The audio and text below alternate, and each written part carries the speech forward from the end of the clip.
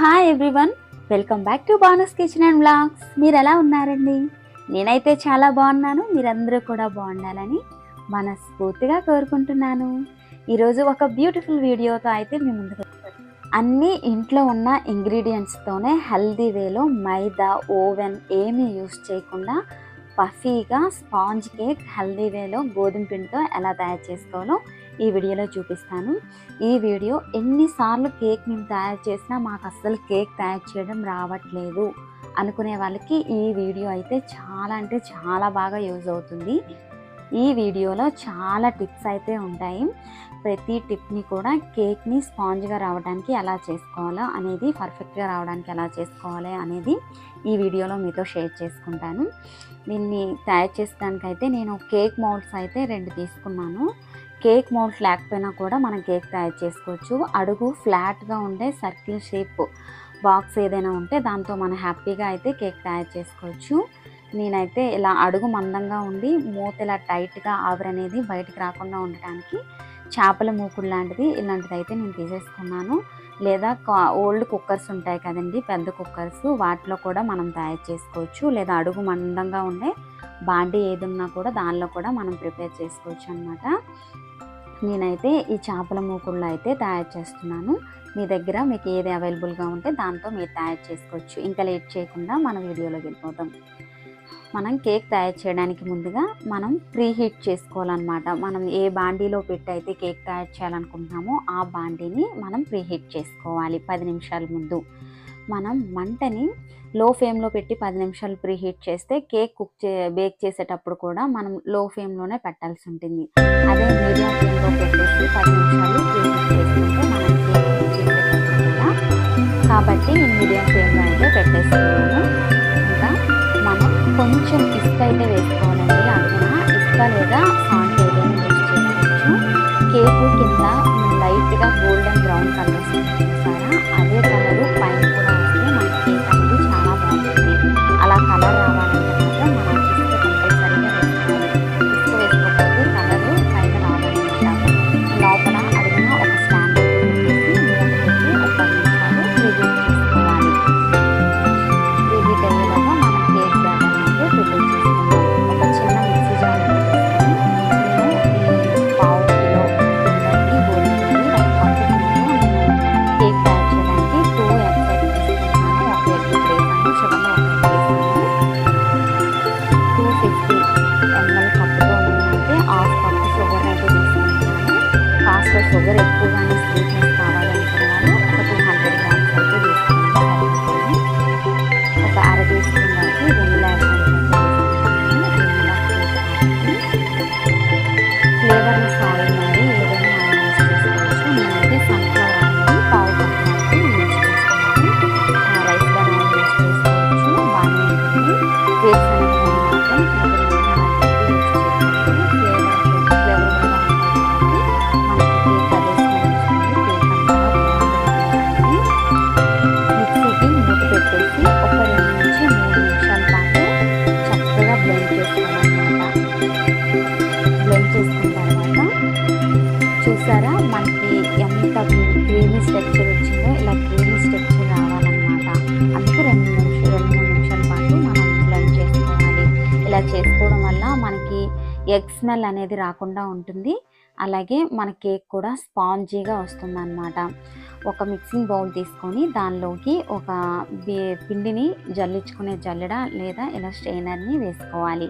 వేసుకొని 1 కప్పు గోధుమ పిండిని అయితే నేను తీసుకున్నాను. 250 ml కప్తో అయితే కొలుచుకున్నాను.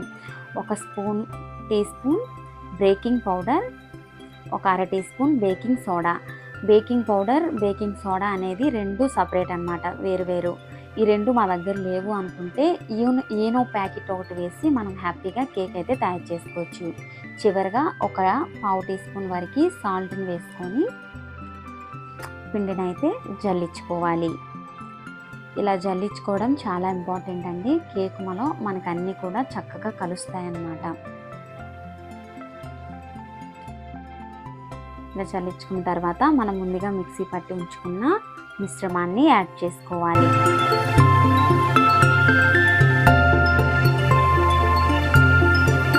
అంతా వేసి మనం ఈ బ్యాటర్ని మిక్స్ చేసే ప్రాసెస్ ఒకటి చాలా ఇంపార్టెంట్ అండి.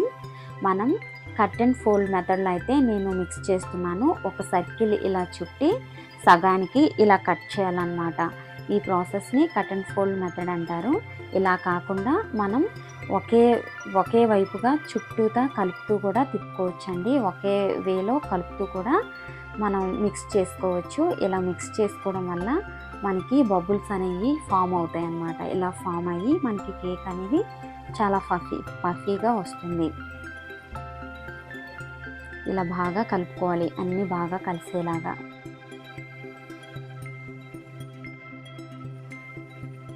ఒక టేబుల్ స్పూన్ వరకు కాచి చల్లార్చిన పాలునైతే వేసుకొని మధ్య మధ్యలో బ్యాటర్ని అడ్జస్ట్ చేస్తూ కలుపుకోవాలన్నమాట.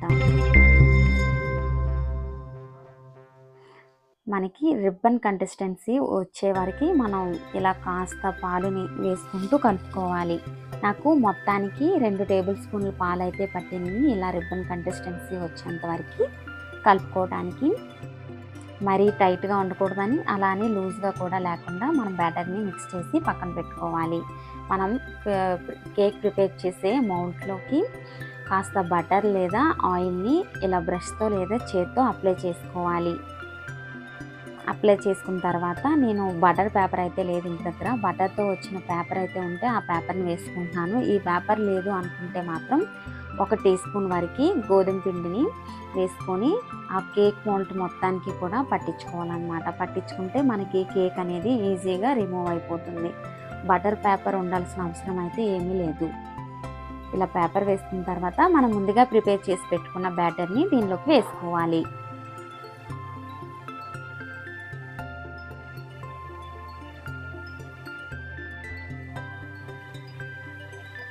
ఓ 3 టైమ్స్ అయితే మనం ట్యాప్ చేసుకోవాలి. ఇలా ట్యాప్ చేసుకుంటే ఎయిర్ బబుల్స్ ఏమైనా ఉంటే మనకి రిమూవ్ అయిపోతాయి. మనం ఫ్రీ హీట్ చేసి పెట్టుకున్న బాండీలోకి అయితే మనం కేక్ బ్యాటర్ని పెట్టుకోవాలి. పెట్టుకొని మూత పెట్టుకొని ఒక 25 to 30 మినిట్స్ వరకు మనం అస్సలు డిస్టర్బ్ చేయకూడదు అన్నమాట. అలానే వదిలేయాలి. మంటని మీడియం ఫ్లేమ్లో పెట్టుకొని మనం కుక్ చేసుకోవాలి. ఒక 25 మినిట్స్ తర్వాత స్టవ్ ఆఫ్ చేసి ఒకసారి అయితే మనకు కుక్ అయిందా లేదనేది నేను చెక్ చేసుకుంటున్నాను. చూడండి, ఒక టూత్ పిక్ లేదా చాకు ఏదైనా మనం ఇలా లోపటికి పెట్టాలన్నమాట. అడుగు వరకు పెట్టి చూస్తే మనకి క్లీన్గా రావాలి, ఏమీ అంటుకోకుండా ఇలా క్లీన్గా వచ్చిందంటే మనకి పర్ఫెక్ట్గా కుక్ అయిందని అర్థం. ఇంకా బయటికి తీసి కేక్ని చల్లారనివ్వాలి. చూసారా ఎంత మంచి కలర్ వచ్చిందో. పైన కూడా మనం ఇసుక వేసుకోవడం వల్ల ఇలా పర్ఫెక్ట్గా మంచి కలర్ అయితే వస్తుంది మనకి, లైట్ గోల్డెన్ కలర్. సైడ్స్ని చాక్తో ఇలా మనం లూజ్ చేసుకోవాలి. ఇలా లూజ్ చేసుకున్న తర్వాత ఒక ప్లేట్లోకి టర్న్ చేసుకోవాలి. చూసారా ఎంత చక్కగా మనకి కేక్ అనేది తయారైపోయిందో. బటర్ పేపర్ లేకపోయినా కూడా మనకి ఇలానే కేక్ అనేది ఈజీగా రిమూవ్ అయిపోతుందండి. చూసారా ఎంత పఫీగా ఎంత స్పాంజ్గా వచ్చిందో కేకు. చాలా అంటే చాలా బాగుంటుందండి. మనం పిల్లలకి బయట బేకరీస్ నుంచి కేక్ తీసుకొచ్చి ఇచ్చే బదులు ఇంట్లో ఒక 20 మినిట్స్ మనం కష్టపడితే సరిపోతుంది. ఒక 20 మినిట్స్ కష్టపడితే మనకి పిల్లలకి ఈజీగా అయితే కేక్ అయితే ఇలా స్పాంజ్ కేక్ హెల్దీ వేలో ఎలాంటి కెమికల్స్ లాంటివి ఏమీ యూస్ చేయకుండా హ్యాపీగా తయారు చేసి పెట్టి ఇచ్చేయచ్చండి. చాలా ఇష్టంగా తింటారు. ఈవినింగ్ స్నాక్ లాగా యూజ్ అవుతాయని చెప్పేసి చిన్నగా ముక్కలు అయితే కట్ చేసుకున్నాను నేను.